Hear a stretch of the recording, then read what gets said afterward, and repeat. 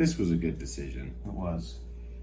About the first one I made in about a year. It's all right. We were talking, this is way better than our hunt last year. Last year, we spent more time going back because we forgot stuff. We're going to Tractor Supply to buy boots that weren't hunting boots. But this year, we are, just in gear alone, we're way more prepared.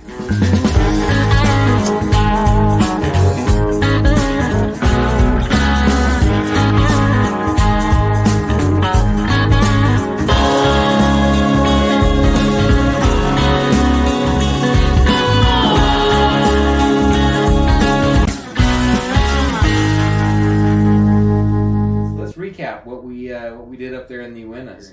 It was it was a good experience. I think a lot of people forget. A lot of people talk about like where to go, but part of hunting also is figuring out where not to go. Yeah, and I think this year we kind of figured out the latter. Where not to go, at least with the tools and equipment we have. Yeah, I mean how to go. Yeah, where you want to go, I guess. So and part of it was the terrain too. It was like.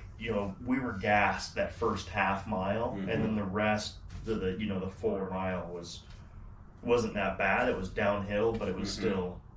It was rough. It was rough. Yeah, and I've never walked on. Well, we said this in June when we were scouting that area. You get further south in Utah. At least for me, being from Idaho, I mean we're up and down, especially up north. It's straight up and down, but it's a lot more silty. Right. There's some rocks, but not like it was down there. It just felt like you were walking on these watermelon-sized rocks the whole time. Yeah. Once the adrenaline kicks in and you're hunting, then it's kind of just something you deal with. But I remember on the pack in being like, "Man, this sucks." Moral of the story: like if you're going scouting, I would pack full. Like pack like you're going to hunt, so that way you know what it's going to be like. Yeah. Don't try to pack. I mean, I can see why some guys would want to pack light because they don't want to. But you want to know what it's going to do to you, that hike in and hike out.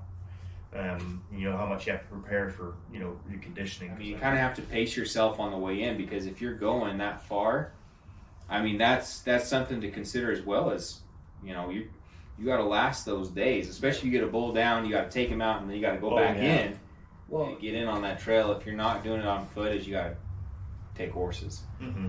Something that can pack you or pack your equipment. And, I think that would have made our hunt so much more comfortable, and we would actually have been able to stay a lot longer, and possibly could have gotten more opportunities. With the longer days we were there, got more opportunities with the elk that were there. Well, we had a lot of weather changes too. That's something that kind of in the video you can see, but while we were up there, what did we expect? It went from rain to sleet to snow to sleet, back to rain, and then it stopped and started raining again. Kind of to fill you guys in on our hunting experiences, I thought we could each kind of go over maybe in a little detail, briefly, kind of like what our major experiences were. And I wanted to start with Dalton because you were in a completely different area than Kaylin and I split up. You were down below us, kind of on that more eastern end of our hunt area. Below that outfitter and where we'd seen those guys camp, and you had seen some elk sign too. Yeah. Right? Yeah. That first night, I just went northeast of where our camp was, and I kind of drew down into this little meadow area where there was a tiny little lake. It was almost like a little pond. East side of that pond was a wallow, and so I knew that first night I was like, okay, if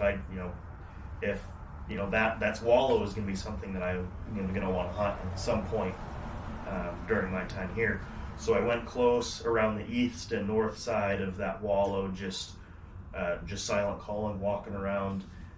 I saw a lot of heavy heavy traffic going between just north of where our camp was and east down to the basin. So I knew that they were going back and forth there, and they were using that as a corridor to kind of get to, I'm not sure if they were using, north of us as food and as shelter, or, what they were using, what area for what, but I knew they were going back and forth.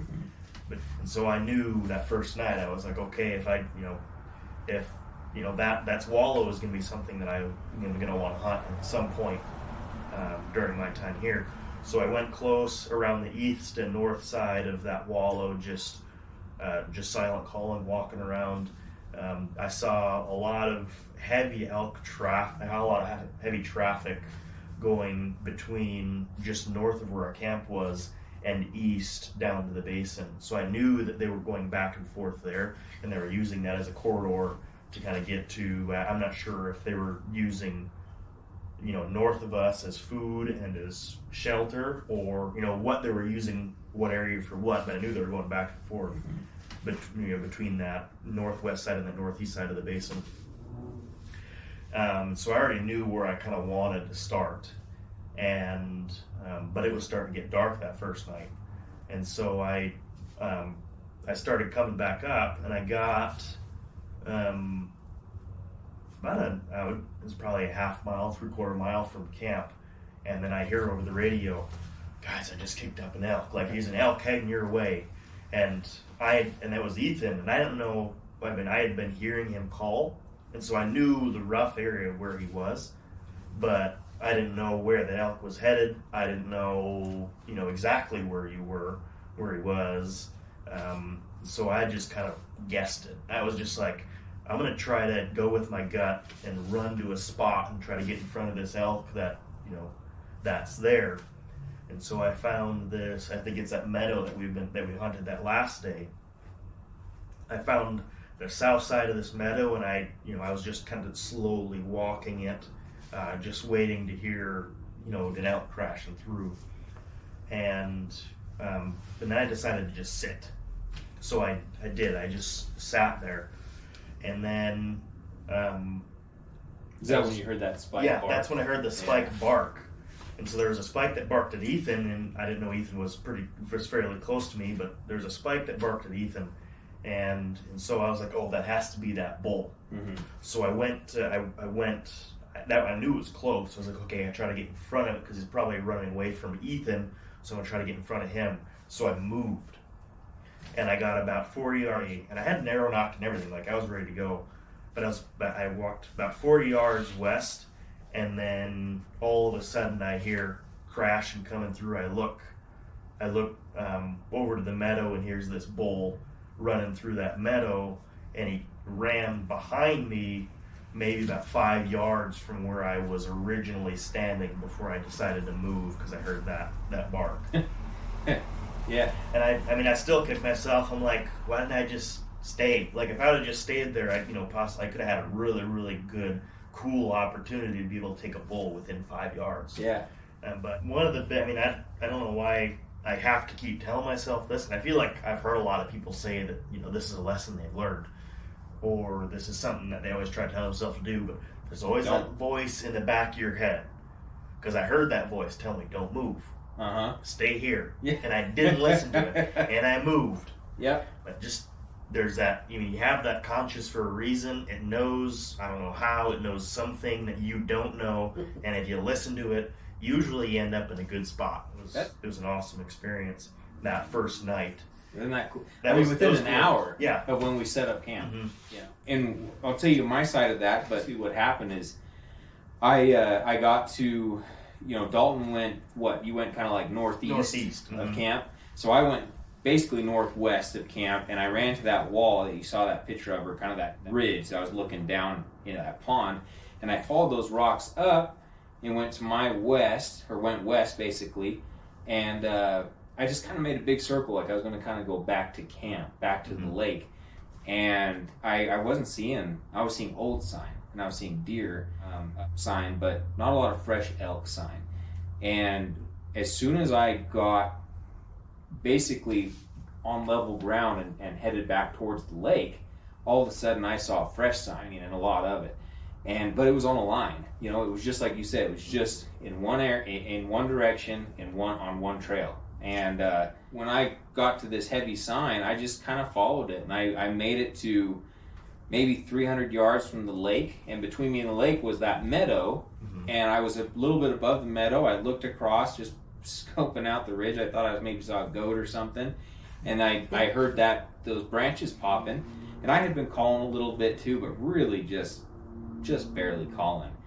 And I looked, and there that bull was at maybe 25 yards at that point, and he was walking straight up that little hill right at me.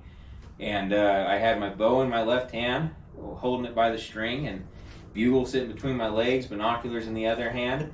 And I slipped those in there, and he saw me, and I didn't pick up the bugle, but he saw me, and then he put his head down to walk uphill again.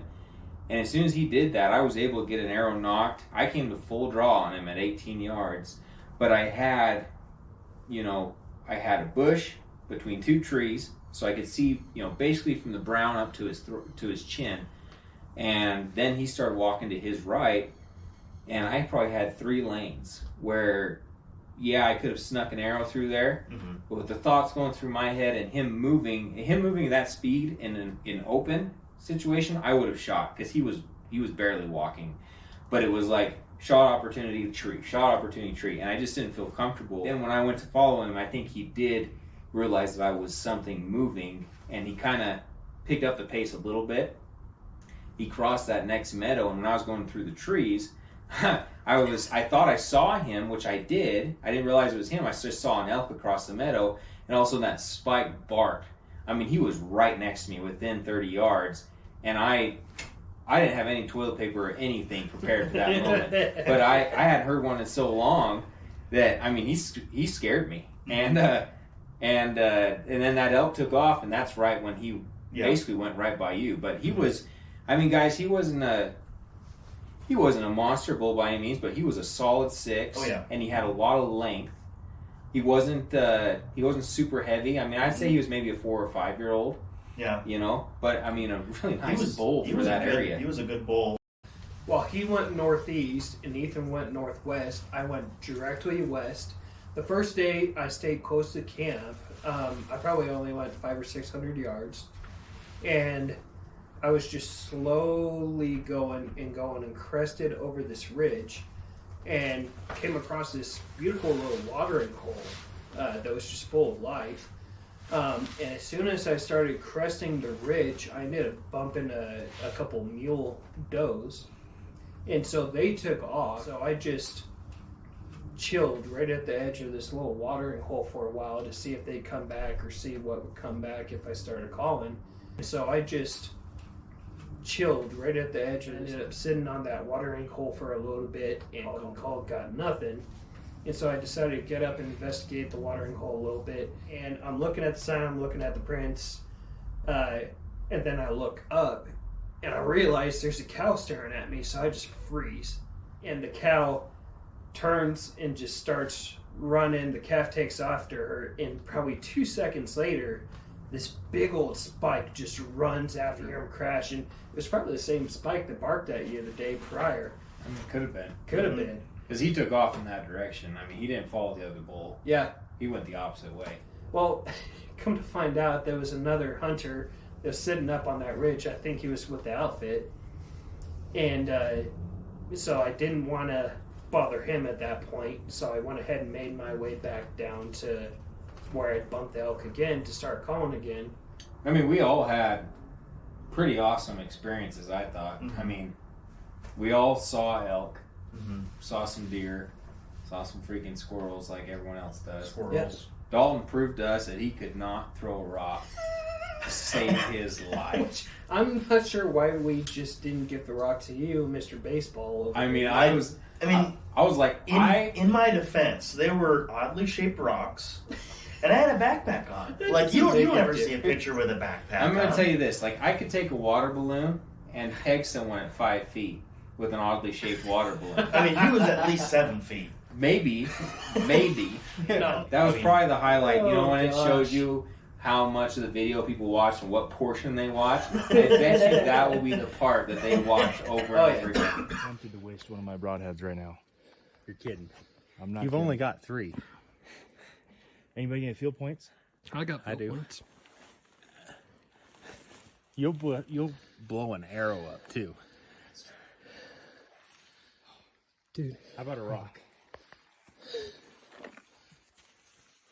Get everything you got with that pack on. Hold on here. Wind up that baseball arm. One of us has to pack this.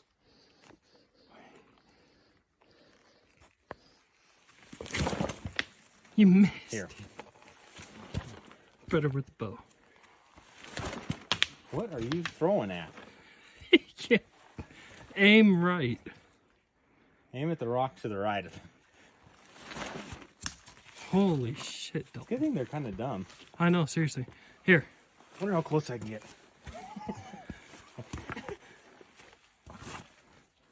Right there. He's gonna fly. He's Gonna fly. about to bolt.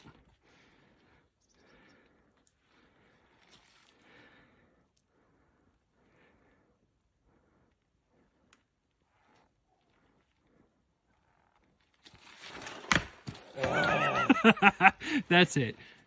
Look at him. He's like, okay, I think I'm all right. Oh my gosh, dude. You might as well just beat it with the stick at this point. Look how close. Oh. Now it's confused. It's like, wait, there was a rock above me?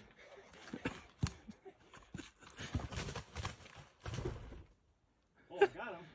He didn't like it too much. Dude, just take that stick and beat it on the head. The stick to your I right. can't believe we're doing this. This is a freaking dinner right here, buddy.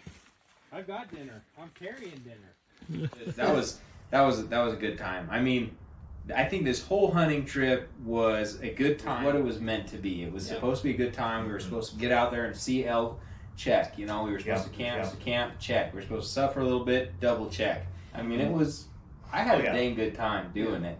You know, the outfitter that was there, he was right next to us, and he had a lot of horses. And I'm sure if we would have begged, they would have helped us get an elk out because they were pretty solid guys, good guys too. I'd be interested to connect with them and see if they ended up getting that bull. I actually texted him the other did you? day, and they didn't get him. Okay. They couldn't get him, but they did see him, and he was like, "Yeah, he's a nice bull." The minute I got distracted for 1 minute, and it was like I just wanted to look with my binoculars.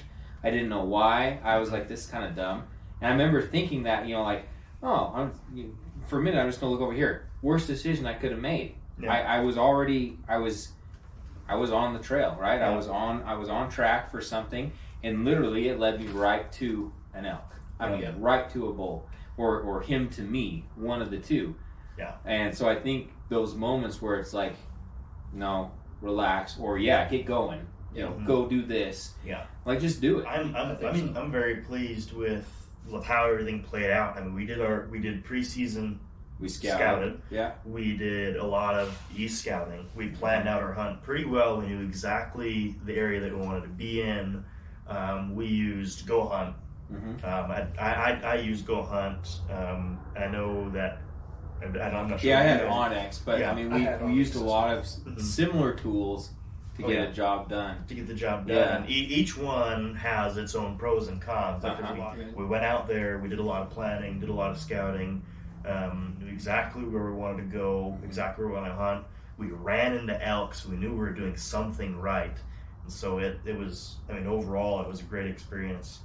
I'm very happy with the way this year played out. Even though we don't have an elk on the ground, I knew there was something we did right that's going to put us in a position in the next coming years. To get an elk on the ground. We're going to keep doing this. It's a little bit different spin, you know. We have the archery shop, we have the social media, we're trying to get connected with people, show some videos of what we do, but we also want you guys to see how it gets done, you know, how we get there. We don't, you know, we're not sponsored by anyone yet. We're just living life, you know. Dalton's in the middle of building the house, and, you know, I'm in the middle of a degree. Kaylin's in the middle of some big life decisions. I mean, we're all in different stages, just trying to, you know, make a little time for this passion, and it takes a lot of work. Yeah. And we all have our own responsibilities too. We're not to that point yet where we can say this is our job, right? You know, but we would like it to be. Oh yeah, you know? Yeah. Watch out for that pack video because it's coming soon. I'm going to go over how to know when your pack is adjusted right, and also how to know what to do if you feel pressure in certain areas. Because a huge part of having, I guess, a successful and enjoyable hunt is being comfortable. And there's only a certain level of comfort that you can have, especially when you're packing all this stuff in. But I mean, that you want to be as comfortable as you can, and you can maximize. I'll have to admit, one of the funniest things I've ever seen was coming down at the trailhead, as he was walking by our truck, because we got back to the truck first. he was walking by, he had his pack, and it was like half of it was Oh, like, Caitlin's over- back. It, Yeah. it just Half of it started was falling apart. over like on As the soon as I side got to of the him. vehicle. So it's just hanging off the side. Caitlin, he doesn't even care. Well, he just and wants to all get to the car. gear had started falling out the top of my dry bag, so I'm just picking stuff up and just carrying it at that point. Good time. Found Yeah. a good area. We're gonna find more areas. We're gonna make more videos. You know, we got some products that we want to talk about. We'll separate the videos out a little bit, and that was our experience. Yeah, Yeah. that was 2022. And thanks for watching, guys. Yeah. I mean. Yeah. On to preparing for 2023.